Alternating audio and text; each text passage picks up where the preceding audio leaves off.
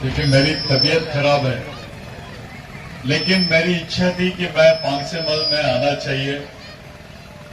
Neymar Malwa में कौन सा बुखार चल रहा है इसके बारे में थोड़ा देखना चाहिए। सामाजिक बुखार है या राजनीतिक बुखार है, ये कौन सा बुखार चल रहा है इसके बारे में देखने के लिए आया हूं।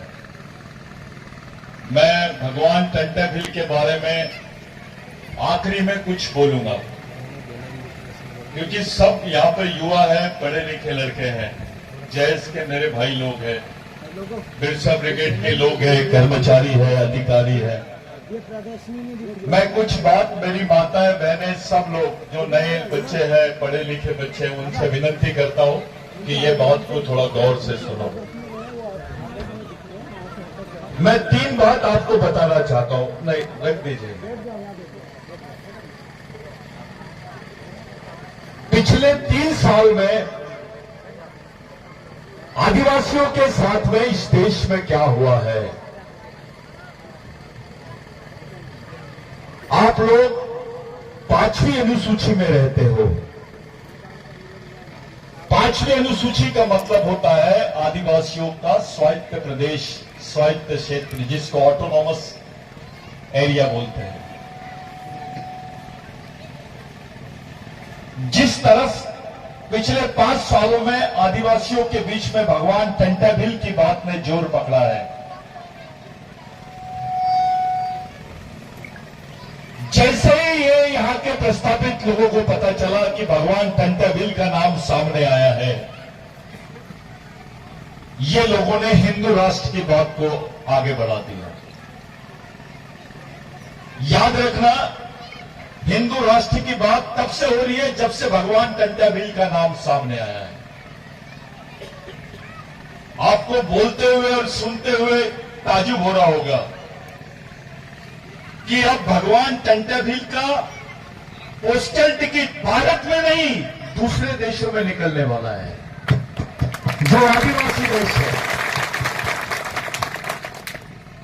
जिस वक्त पार्लियामेंट में चर्चा हो रही थी कि भाई ये क्रांतिकारी की बात करना है, वो क्रांतिकारी की बात करना है, ये क्रांतिकारी के नाम से टिकट निकालना चाहिए, ये क्रांतिकारी के नाम से स्मारक बनना चाहिए, हमारे गांडू नेता चुपचाप थे वहां पर पार्लियामेंट में। ताली मत बजाओ। मैं जानता हूं, मैं जिनको गांडू बोल रहा हूं वो मेरे को छोड़ने वाले नहीं है। वो बोलेंगे कि ये हमेशा एक शब्द वापरता है। मैं इसलिए ये शब्द वापरता हूं कि अगर मर्द होगा तो चिढ़ जाएगा। जब भगवान टंटाभिल की बात शुरू हुई तो देश में हिंदू राष्ट्र की बात शुरू हुई। सबसे पहले इन्होंने 5वीं अनुसूची का जो क्षेत्र है, उस क्षेत्र को घेरना शुरू किया भाइयों। 6वीं अनुसूची के क्षेत्रों को घेरना शुरू किया इन्होंने, क्योंकि इनके हिंदू राष्ट्र में 2 ही क्षेत्र इनके लिए कांटा बन गया है। एक आदिवासियों का 6वां अनुसूची का क्षेत्र, जिसको नॉर्थ ईस्ट बोलते हैं, अरुणाचल प्रदेश, नागालैंड, मणिपुर, मिजोरम, ये जो बेल्ट है ये भी पूरा आदिवासी बेल्ट है, अपने ही वंशज है वो। और 5वीं अनुसूची का जो क्षेत्र है, मध्य प्रदेश, छत्तीसगढ़, महाराष्ट्र, गुजरात, राजस्थान, तेलंगाना इत्यादि प्रदेश।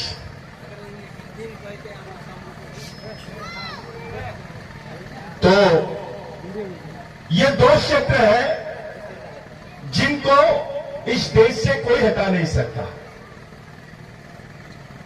इस देश में इन क्षेत्रों के लिए ऐसा प्रावधान है कि संसद ने भी अगर इन्होंने कोई संशोधन किया, अमेंडमेंट किया, तो भी इन क्षेत्रों में ये हस्तक्षेप नहीं कर सकते हैं। ये भारतीय संविधान में उल्लेखित है। बावजूद उसके जो ग्राम सभा का अधिकार था 5वीं अनुसूची में, वो ग्राम सभा के अधिकारों के अंतर्गत अगर आपके क्षेत्र में कोई भी उत्खनन करना है, कोई प्रोजेक्ट डालना है, कोई प्रकल्प डालना है, तो ग्राम सभा की मंजूरी जरूरी थी। ये सरकार ने ग्राम सभा की मंजूरी की जगह, एनओसी की जगह इन्होंने परामर्शीय शब्द डाल दिया। उसके बाद इन्होंने केरल से लेकर नॉर्थ ईस्ट तक, नागालैंड तक पूरी जमीन 2740 शेरों के लिए रिजर्व कर दी। ये करीब करीब 6 लाख हेक्टेयर जमीन है, 6 लाख हेक्टेयर जमीन, जिस पर कम से कम 2 करोड़ आदिवासी लोग हमेशा हमेशा के लिए विस्थापित हो जाएंगे। ये बिल भी इन्होंने पास कर लिया। ये बिल भी इन्होंने पास कर लिया। उसके बाद जब हम लोग मणिपुर के लिए चिल्ला रहे थे, मणिपुर पे चर्चा कर रहे थे, मणिपुर पर आंदोलन कर रहे थे, ये लोगों ने, आपको मालूम है मणिपुर पे क्यों आंदोलन कर रहे थे? क्योंकि हमारी आदिवासी मां बहनों को नंगा घुमाया गया था। कम से कम 200 से 400 आदिवासियों की हत्या की गई, लाखों आदिवासी विस्थापित हो गए, इनके घरों को आग लगा दी गई, 2 साल के 4 साल के बच्चे जिंदा जल गए। जिंदा जलने के बाद ये रिकॉर्ड पे भी नहीं लिए इन्होंने, ये बातें रिकॉर्ड पर भी नहीं आई। और पूरे देश के आदिवासी लोग कि भाई आदिवासी लड़कियों को नंगा घुमाया गया है, महिलाओं को नंगा घुमाया गया, इसके विरोध में पूरे देश में आदिवासी समाज ने आंदोलन किया। पूरे देश में आदिवासी लोग इसके खिलाफ में खुलेआम आंदोलन कर रहे थे। हमारे कोई नेता है, बुलाओ भैया, सबको अंदर बुला लो, अपने जो गेस्ट है उन लोगों को बुलाओ, इनका भी जोरदार तालियों से स्वागत करो भैया लोगों का। आइए आइए। हमारे बीच में मोन्टू सोलंकी दादा और डॉक्टर राजू पटेल और पूरी टीम हमारे बीच में उपस्थित, उनका हम तहे दिल से स्वागत अभिनंदन करें साथियों। ठीक है, तो ये बात बड़ी गंभीर है, बहुत बढ़िया, जहां जगह है वहीं बैठ जाओ। तो हम लोग पूरे देश में इसके खिलाफ में आंदोलन कर रहे थे और उसी दरमियान आरएसएस के लोगों ने, मोदी जी ने, भारतीय जनता पार्टी ने पार्लियामेंट में एक बिल लाई जिसको बोलते हैं फॉरेस्ट कंजर्वेशन एक्ट 2023, वन सुरक्षा अधिनियम 2023, जिसके तहत जो जमीन तुमको वन अधिकार के तहत मिलने वाली थी, जो जमीन आदिवासियों के परंपरागत अधिकारों की जमीन थी, उसको इन्होंने निजी क्षेत्रों को 60 साल की लीज के लिए दे दिया है। वही जमीनों पर जितने आदिवासी क्षेत्र आते हैं, उन आदिवासी क्षेत्रों में ये लोगों पुलिस स्टेशन के बजाय मिलिट्री के कैंप लगाने की घोषणा कर दी है। आप लोग नेट पे जाओ, 2023 फॉरेस्ट कंजर्वेशन एक्ट निकालो और पढ़ो कि तुम्हारी जिंदगी के साथ, तुम्हारे समाज के साथ क्या हुआ है। तुम्हारे क्षेत्रों में इन्होंने मिलिट्री लगा दी है। अब तुम्हारे क्षेत्रों में पुलिस स्टेशन नहीं रहेंगे, आदिवासियों के क्षेत्र में मिलिट्री रहेगी। पुलिस स्टेशन में आप कंप्लेंट लिखाते हो, एफआईआर कटता है, इसको कानून का राज बोलते हैं। लेकिन मिलिट्री में कोई एफआईआर नहीं होता, सेना के पास कोई एफआईआर नहीं होता, वो सीधा मारने का काम करते हैं। और जितने आदिवासी क्षेत्र है वहां पर अब मिलिट्री लगाई जाएंगी। अगर तुम कोई भी आंदोलन करोगे तो तुमको गोलियों से भूना जाएगा, तुमको देशविद्रोही बोला, तुमको नक्सलवादी बोला जाएगा, तुमको अलगाववादी बोला जाएगा। जब पुलिस थी तब तुमने आंदोलन नहीं किए यार, आंदोलन भी किए तो लोगों ने नहीं सुना, गवर्नमेंट ने नहीं सुना, अपने नेताओं ने भी नहीं सुना। जब आदिवासी क्षेत्रों में मिलिट्री लग जाएंगी, क्या करोगे आप लोग? कैसे बचाओगे अपने लोगों को?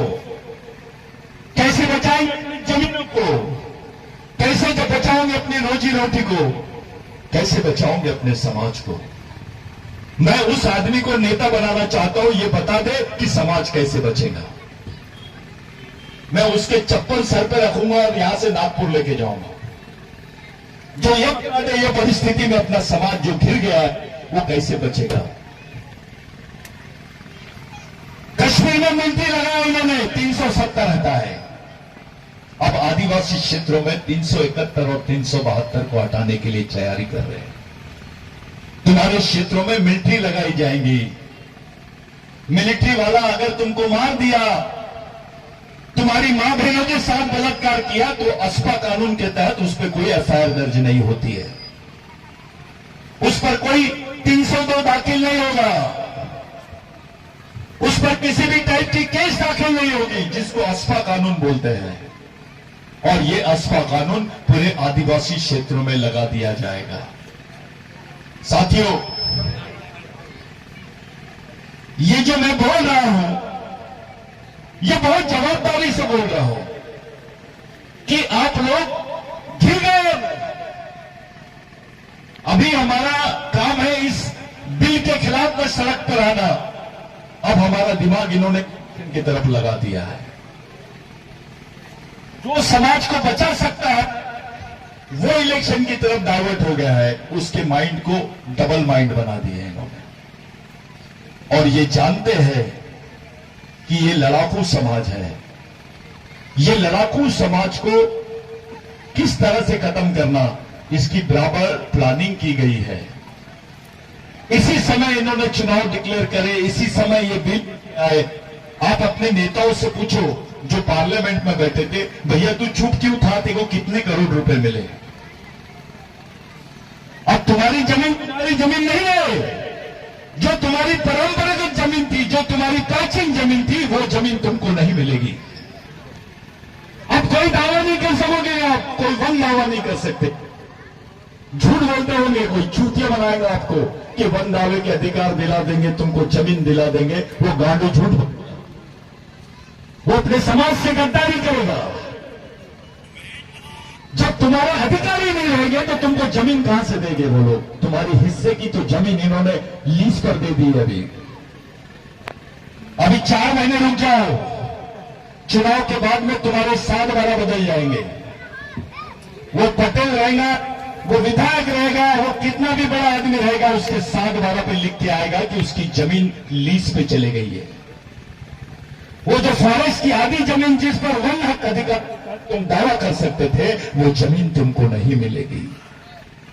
यानी इस देश में आदिवासियों को भूमि अधिकार जो है वो पूरी तरह समाप्त हो गया है। अब आदिवासी की जो परिभाषा है वो बिगर जंगल और बिगर जमीन के नहीं हो सकती है। बिरसा मुंडा ने बोला था, जिसकी जमीन उसका देश। अब जमीन ही तुम्हारी नहीं रहेंगी तो तुम्हारा देश कैसे रहेगा, ये बताओ। हिंदू राष्ट्र का मतलब होता है आदिवासी मुक्त भारत, बगैर आदिवासियों के भारत। और उसकी खुलेआम घोषणा कर रहे हैं हमारी ही जमीन पर। हमारे ही लोग उनकी थैली पकड़ के घूम रहे हैं, हमारे ही लोग उनका झंडा पकड़ के घूम रहे हैं। आपका ही भाई आपके दुश्मन की सेना का सेनापति है। किससे लड़ोगे तुम? कैसे लड़ोगे तुम? एक तरफ मिलिट्री लगी रहेगी, दूसरी तरफ कानून। अगर आप जमीन का भी आंदोलन छेड़ोगे तो ये लोग आपको भून डालेंगे गोलियों से। जो कश्मीर में हुआ अब वो आदिवासी क्षेत्रों में होगा। कैसे बचाएंगे बताइए? क्या करोगे आप? क्या रास्ता है? चलो उसको नेता बना देते हैं जो को बचाने का रास्ता बता दे। मैं तो जिस दिन भी उस दिन से मैं सोच ही नहीं पा रहा हूं कि क्या किया जाए, कैसे किया जाए, कौन सी पार्टी के पास जाया जाए। अरे कांग्रेस का भी राज्यसभा में बहुमत था विपक्षी पार्टियों का, इन्होंने बहिर्गमन कर दिया और 20 मिनट में 7 बिल पास हो गए। इसका मतलब कहीं ना कहीं कांग्रेस का भी हाथ होगा इसमें। किस पर भरोसा करेंगे आप? कौन सी पार्टी पर भरोसा करोगे तुम? कौन से लोगों पर भरोसा करोगे तुम? जो तुम्हारी जिंदगी का सवाल है। इलेक्शन तो चिल्लर बात है। हिजड़ा भी लड़ता है इलेक्शन, वो भी जीत के आता है। यहां समाज की बात है, समाज को कैसे बचाएंगे इस पर बात होनी चाहिए। रास्ता बनाया जाए, कोई लड़क रास्ता बनाया जाए, अपनी आने वाली पीढ़ी को बचाने का रास्ता बनाया तो बात है। जब हम ऐसा सोचते हैं तो हमसे भी ज्यादा विपरीत परिस्थिति में भगवान टंटाभिल ने लड़ाई लड़ाई। कुछ लोग भगवान टंटाभिल का फोटो भी लगाने से डरते थे पहले। जब मैं यहां इस क्षेत्र में काम शुरू किया तो मैंने देखा, मेरे साथ में दादा रहते थे, बहुत सारे हमारे लोग हैं, सब लोग रहते थे। जयस के साथी भी उस वक्त पूरे कैडेट्स को चलाते थे। तब मैंने देखा कि अपने अधिकारी लोग डरते थे, गांधी जी का लगा लेते थे, रामदेव बाबा का दिखता था, लेकिन भगवान टंटाभिल का फोटो लगाने से डरते थे, क्योंकि हमारा ही आदमी बोलता था ये तो डकैत है, ये तो चोर है, ये तो डाकू है। अपने भगवान को डाकू बोलने वाले लोग अपने हैं, इनको मालूम भी नहीं।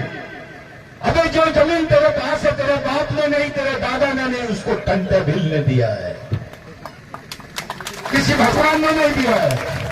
नहीं तो कोई नेता बोल दे, देश का प्रधानमंत्री बोल दे आदिवासियों को मैंने जमीन दिया है, कोई पार्टी का नेता बोल दे कि आदिवासियों को हमने जमीन दी है। झूठ। ये जमीन आपके हिस्से में आई है टंटाभिल की वजह से। वो टंटाभिल जब उसको फांसी दे रहे थे तो उसकी बहन सामने खड़ी थी, उसके रिश्तेदार सामने खड़े थे, उनको पहचान नहीं पाया वो, क्योंकि उनको 22 साल के बाद देख रहा था। वो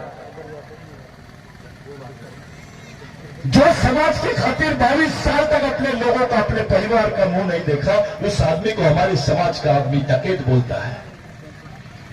अगर तुझे चोर बोलते थे, देखो क्रिमिनल ट्राइबल बोलते थे। तुमको ये नौकरी अभी नहीं मिलती थी, बाबा साहब ने आरक्षण बाद में दिया।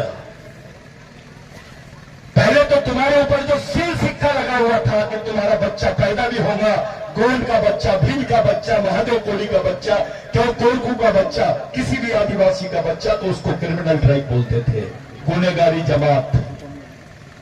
जो क्रिमिनल होता है उसको सरकारी नौकरियां नहीं मिलती है। ये बात रेंगा कुरकू ने, भगवान रेंगा कुरकू ने टंटा भगवान को बताया कि भगवान अपने लोग अब कभी नौकरियां नहीं पा सकते हैं, अब कोई सरकार में अपने लोगों को सरकारी महकमे में नौकरियां नहीं मिलेगी।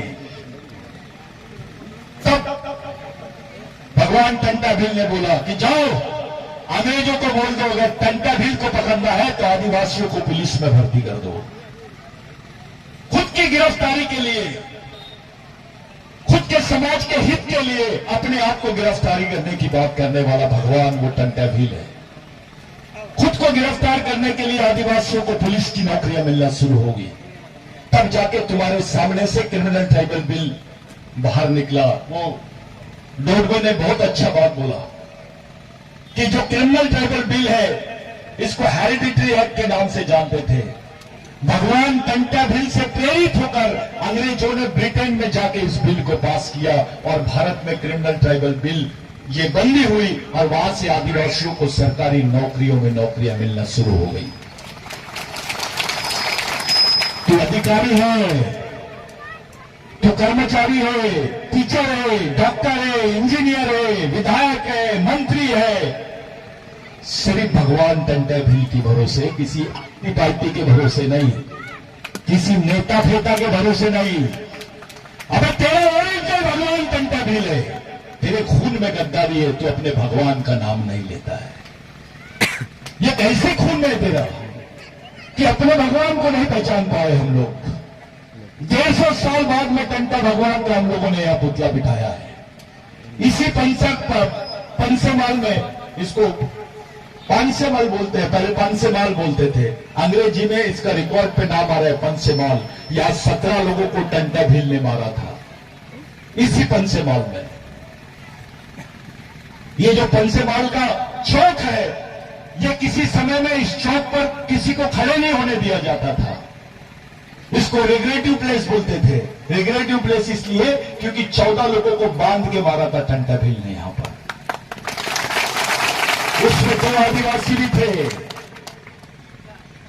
गद्दार आदिवासी भी थे, कुछ जमींदार थे। टंटा भील के समय में एक भी मंदिर नहीं बना। किसी गरीब के घर में शादी होती थी, पैसे नहीं होते थे तो खबर पहुंच जाती थी टंटा भील को 7 घंटे में। महाराष्ट्र में टंटा भील अगर रहता होगा तो 7 घंटे में खबर पहुंच जाती थी टंटा भील तक। अभी तो टेलीफोन से नहीं पहुंचती है। यह है भगवान टंटा भील। ये जो ग्राम सभा वगैरह बता रहे हो अपने को, उस वक्त 1 लाख ग्राम सभाओं का सरदार था टंटा भील। कोई भीलों के लिए नहीं था। अब तो जातिवाद करने लग गए। ये बारेला है, ये दरबार है, ये बिलाला है, ये भील है। अबे तेरा खून एक है, तेरा वंश एक है, तो समाज भी एक होना चाहिए। यही बात टंटा भगवान ने बताया। उस वक्त कोई जमींदार, कोई पैसे वाला आदमी टंटा मामा के सामने नहीं, किसी भी गरीब आदमी के सामने ऐसा तन के नहीं चल सकता था। मैं एक बात बताना भूल गया था। आज तक के मैं समझता था वो दूसरा पार्ट है, लेकिन मुझे उसका संदर्भ मिल गया। मैंने जब ब्रिटिश टाइम्स पढ़ा, अपनी मां बहनों को ब्लाउज नहीं पहनने देते थे पहले। मैं जो बोल रहा हूं जवाबदारी के साथ बोल रहा हूं। पहले हमारी मां बहनों को, दोनों की भी बच्चियों को पहले ब्लाउज नहीं पहनने देते थे। ब्लाउज पहनने पर टैक्स लगाते थे। टैक्स अंग्रेज नहीं लगाते थे, यहां के मनुवादी ब्राह्मण लोग लगाते थे, जमींदारी उच्च वर्णीय लोग लगाते थे। हमको ब्लाउज पहनने पर भी टैक्स लगता था। टंटा मामा ने एक ही दिन में 70 जमींदारों को एक ही दिन में मारा था। 70 लोगों को कान काट,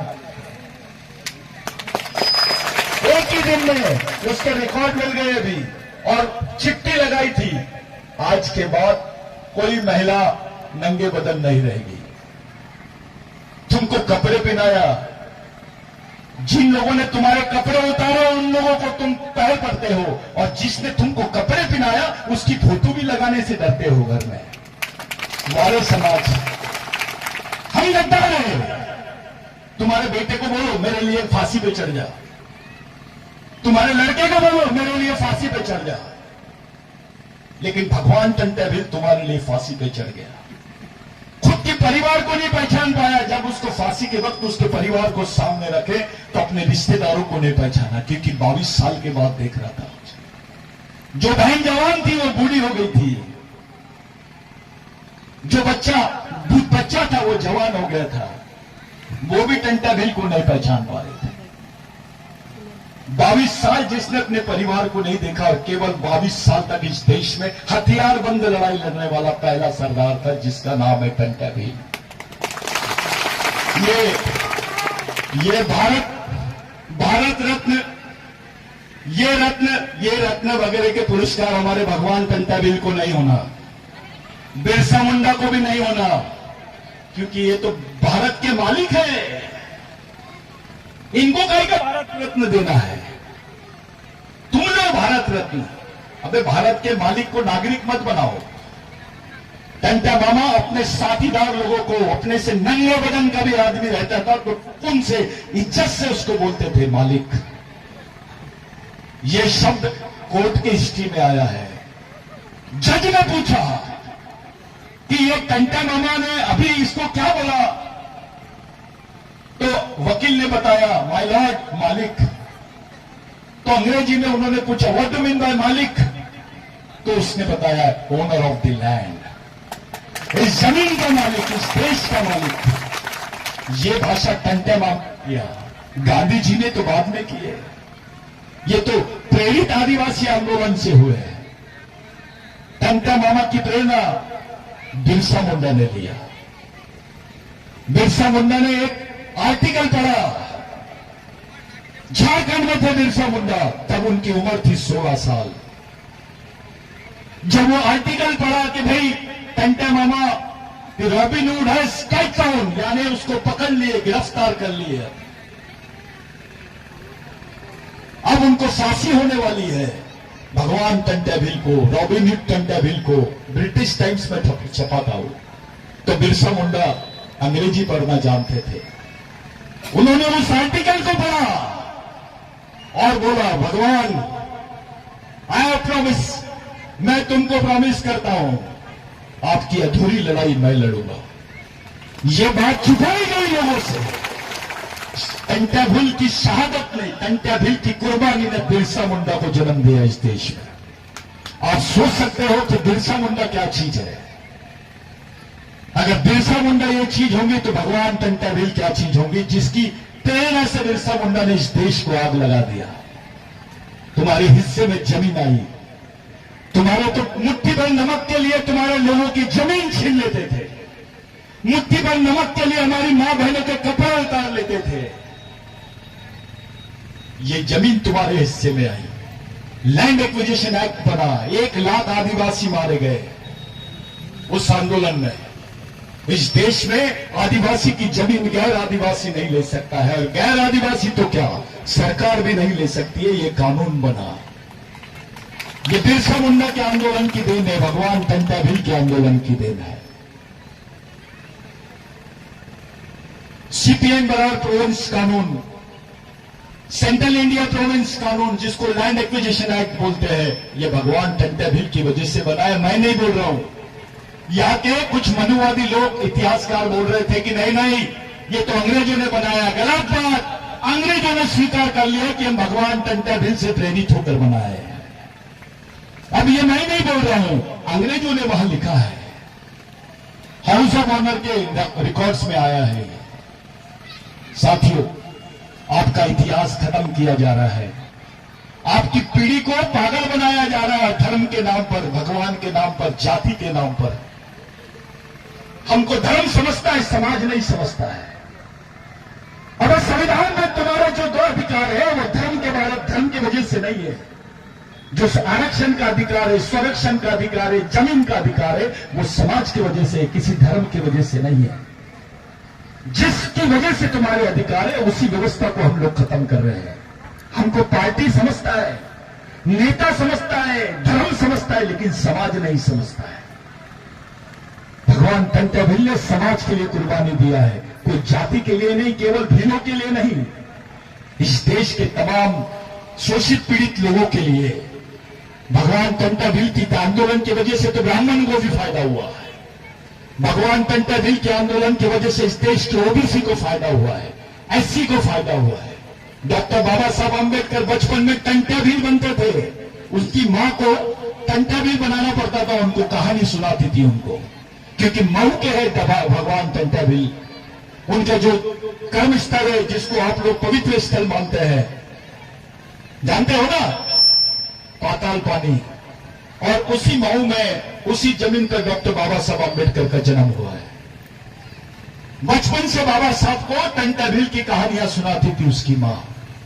उस वक्त गाने बनते थे भगवान तंट्याभिल के, केवल आपके प्रदेश में नहीं, मैं जहां नागपुर में रहता हूं, मेरे आजा तंट्याभिल बनते थे। उनके साथी सब पूरे गांव के बस्ती के लोग भगवान तंट्याभिल लिखते थे। ऐसा उनके नाम से खंबा लगाते थे, शेर बनते थे, उनके नाम से जंजीर बांधते थे। इस देश में इतना प्रख्यात तो कोई भगवान भी नहीं हुआ जितना तंट्याभिल हुआ है। एक अंग्रेज ने लिखा, I have seen living God. James Stephen करके एक अंग्रेज है, जो ऑफिसर था, पुलिस ऑफिसर था, उसने लिखा, I have seen living God, मैंने जिंदा भगवान को देखा हूं। ये भगवान तंट्याभिल के बारे में बोला है। अब वो अंग्रेज जिसने हमारे देश में राज किया, वो तो दुश्मन थे तंट्याभिल उनके, लेकिन दुश्मनों ने उनको रॉबिन हुड बोला, दुश्मनों ने उनको भगवान बोला। लेकिन शर्म की बात है, अपने ही कौम के लोग उसके बारे में नहीं जानते हैं। हमारे ही कौम के लोग उसके बारे में नाम नहीं लेते, उसको पूछते नहीं है, उसके विचारों को समाज तक पहुंचा नहीं रहे हैं। किराए की विचारधारा पे काम कर रहे हैं। इससे उससे विचारधारा लेने की क्या जरूरत है? भारत की 70% आजादी की लड़ाई तो आदिवासियों ने लड़ी है। कोई हमको क्या समझाएगा लड़ना? हमारे तो खून में है लड़ना, हमारे डीएनए में लड़ना है। ये तंट्याभिल की बात है मेरे भाइयों। तंट्याभिल ऐसा वैसा नाम नहीं है। ये पुतला लगा दिए, 2 अगरबत्ती लगा दिए, हार चला दिए, टंटा भील का एहसान खत्म। हमारी 10 पीढ़ी भी जाएंगी ना तो टंटा भील के खून का, हमारा खून का कतरा कतरा उसका गुलाम रहेगा।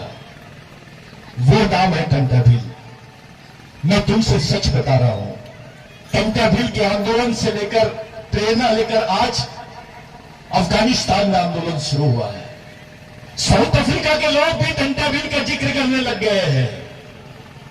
बांग्लादेश में नाम आ रहा है टंटा भील का।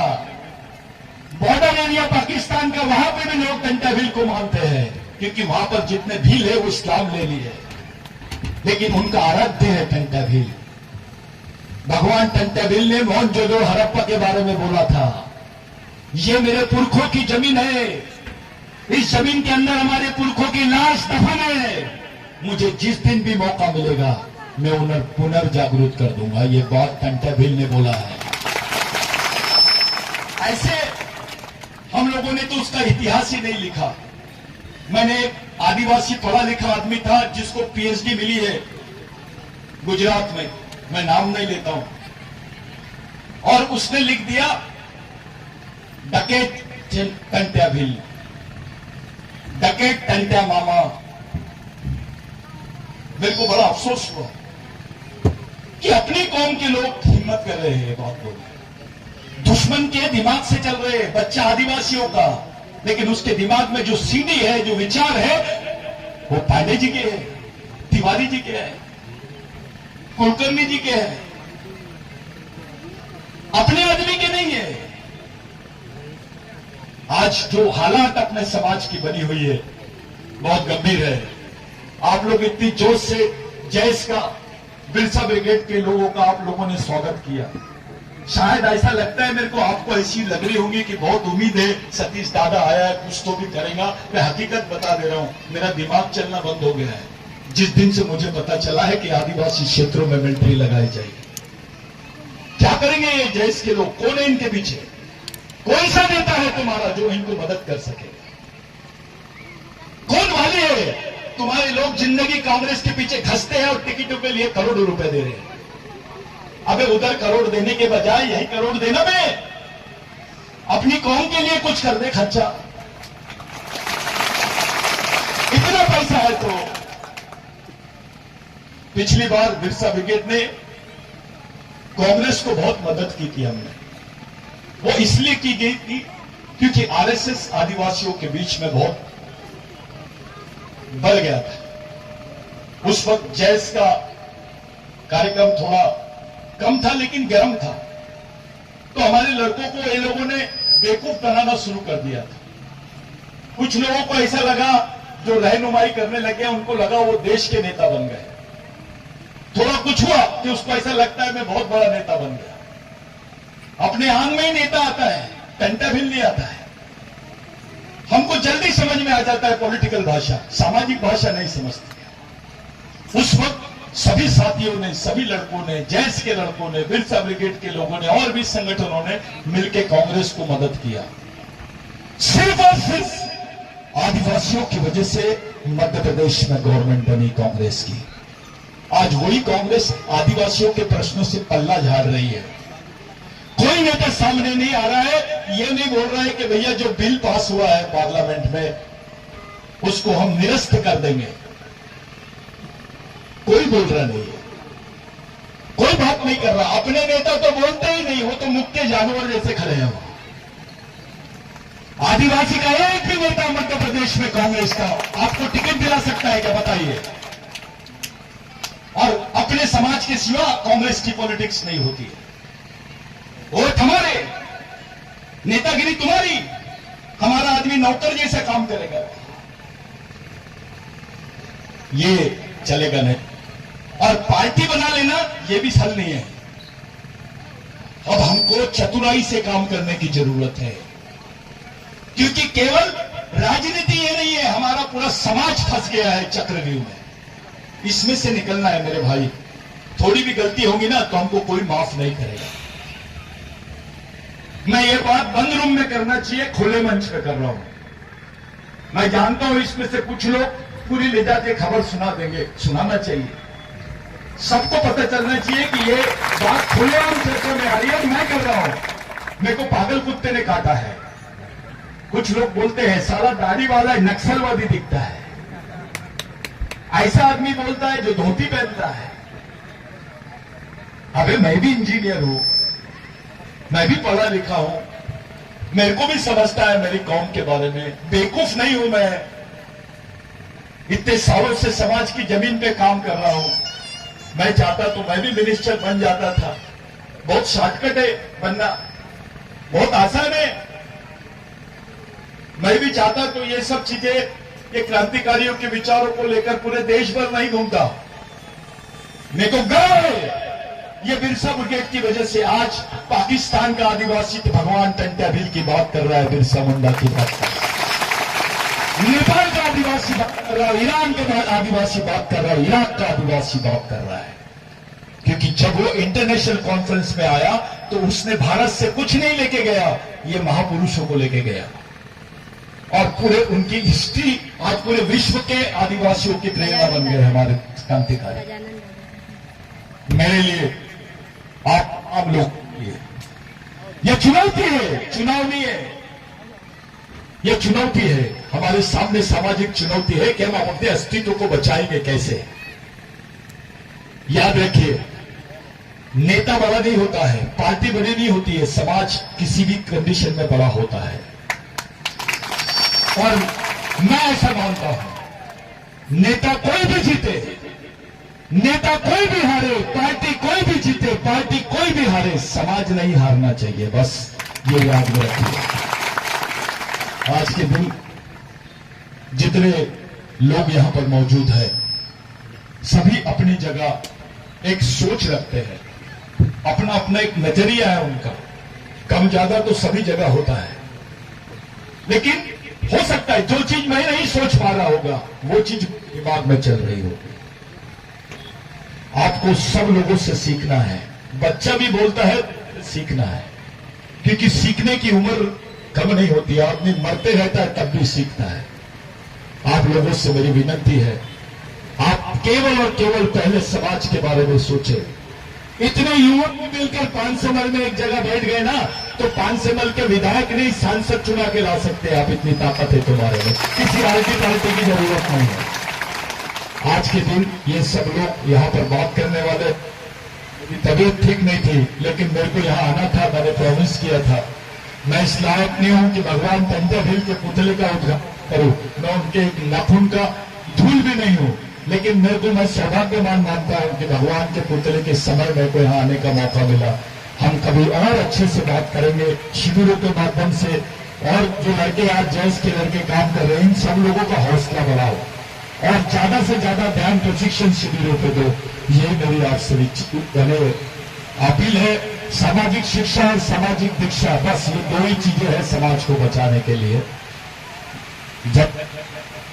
जय टंट्या मामा, जय बिरसा, जय आदिवासी। धन्यवाद।